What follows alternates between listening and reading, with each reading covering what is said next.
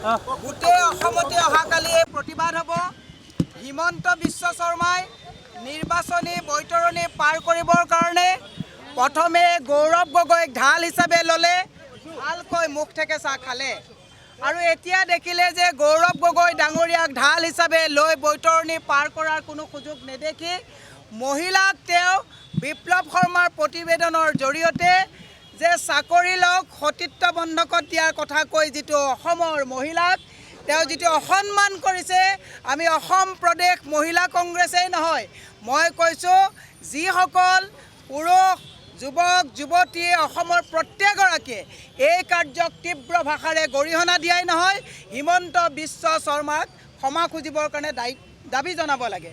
আমি ইতিমধ্যে women commission, national women কমিশ্যনলৈ এই গোটেই বিষয়টো আমি প্ৰেৰণ কৰিছোঁ। অল ইণ্ডিয়া মহিলা কংগ্ৰেছেও এই বিষয়টো নেশ্যনেল ওমেন কমিশ্যনক দৃষ্টিগোচৰ কৰাইছে।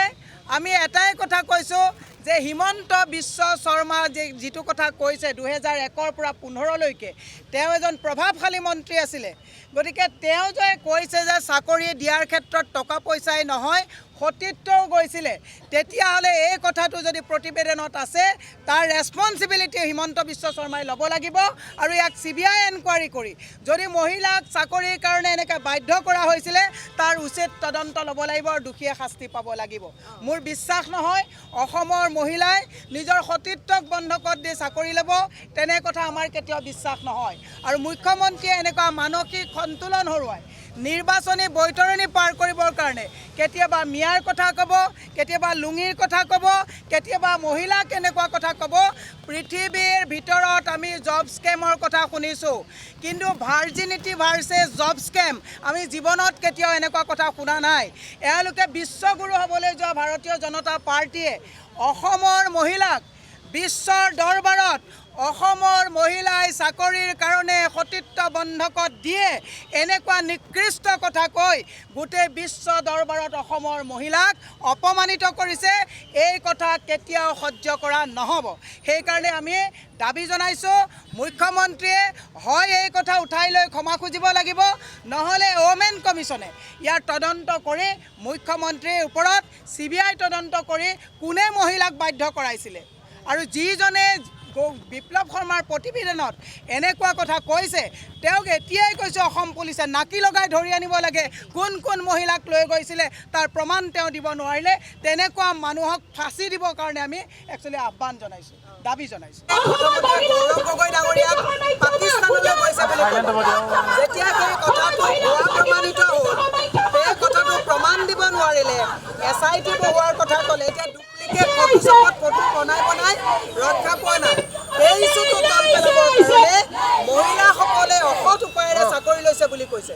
মই কৈছোঁ 2001 চনৰ পৰা 15 চনলৈকে কংগ্ৰেছৰ চৰকাৰৰ দিনত তেওঁ এজন প্ৰভাৱশালী মন্ত্ৰী আছিল আৰু তেওঁ যদি এই বিপ্লৱ শৰ্মাৰ প্ৰতিবেদনত যিজনে এনেকুৱা কথা কৈছে, মই কৈছোঁ যে মুখ্যমন্ত্ৰীৰ বিৰুদ্ধে আৰু যিজনে প্ৰতিবেদনত এই সাক্ষী দিছে তেওঁৰ বিৰুদ্ধে আমি ওমেন কমিশ্যন, নেশ্যনেল ওমেন কমিশ্যনত ইতিমধ্যে আমি প্ৰতিবেদন দাখিল কৰিছোঁ। তেওঁলোকে এটা এনকুৱাৰী লৈ তেওঁলোকৰ তদন্ত কৰি CBIত এই গোটেই গোচৰটো তদন্ত হ'ব লাগে যে তেওঁৰ সময়ত যদি মহিলাক বাধ্য কৰোৱা হৈছিলে যে সতীত্ব বন্ধকত দিয়ক চাকৰি লওক, তেওঁলোকে উচিত শাস্তি পাব লাগিব। আৰু মোৰ মনে নধৰে যে অসমত তেতিয়াৰ পৰা অংগনবাড়ীকে আৰম্ভ কৰি শিক্ষয়িত্ৰীকে আৰম্ভ কৰি APSC দিয়ালৈকে বিভিন্ন লাখ লাখ মহিলাই কাম কৰি আছে। এই কথাই কি সূচায়? আজি মহিলাসকলক কংগ্ৰেছৰ দিনত চাকৰি কৰা মহিলাসকলক সামাজিকভাৱে, পাৰিবাৰিকভাৱে, ৰাজনৈতিকভাৱে আজি তেওঁলোকক ভুলন্তিত কৰি তেওঁলোকৰ সতীত্ব ভাৰ্জিনিটিৰ ওপৰত কুৱেশ্যন আহিছে। গতিকে মুখ্যমন্ত্ৰীক আমি ক'ব বিচাৰিছোঁ যে মুখ্যমন্ত্ৰীয়ে নিৰ্বাচনী বৈতৰণি পাৰ কৰিবৰ কাৰণে এবাৰ গৌৰৱ গগৈৰ কথা কয়, এবাৰ লুঙিৰ কথা কয়, যি কথা কৈছে কওক, কিন্তু অসমৰ মহিলাক অৰ্ণমাই বৰাক তেওঁ মা বুলি কয়, কিন্তু সেই অৰ্ণমাই বৰাক মা বুলি কোৱা মুখ্যমন্ত্ৰীয়ে যে কংগ্ৰেছৰ দিনত লাখ লাখ মহিলাই চাকৰি সতীত্ব বন্ধকত দি পেলাই লোৱা বুলি কৈ অসমৰ মহিলাক যি অপমান কৰিছে তাৰ প্ৰতিবাদ অহাকালি জিলাই জিলাই হ'ব। আজি কামৰূপ মহানগৰ জিলা মহিলা কংগ্ৰেছৰ নেতৃত্বত হৈছে। আজি অল ইণ্ডিয়া মহিলা কংগ্ৰেছে গোটেই প্ৰতিবেদন নেশ্যনেল ওমেন কমিশ্যনলৈ পঠাইছে। হিমন্ত বিশ্ব শৰ্মাক কৈছোঁ মানসিক সন্তুলন হেৰাইছে, মুখত জিপ লগাব দিছোঁ যে তেওঁ যি মন যায় তাকে ক'লে মহিলাৰ তেওঁ শীতলা ৰূপ দেখিছে, কালী আৰু দুৰ্গাৰ ৰূপ দেখা নাই। হিমন্ত বিশ্ব শৰ্মাক আজিৰ পৰা অসম প্ৰদেশ মহিলা কংগ্ৰেছে আমি মূল্যবৃদ্ধিয়ে হওক, স্মাৰ্ট মিটাৰে হওক, এইবিলাকৰ প্ৰতিবাদ আমি পিছত কৰিম।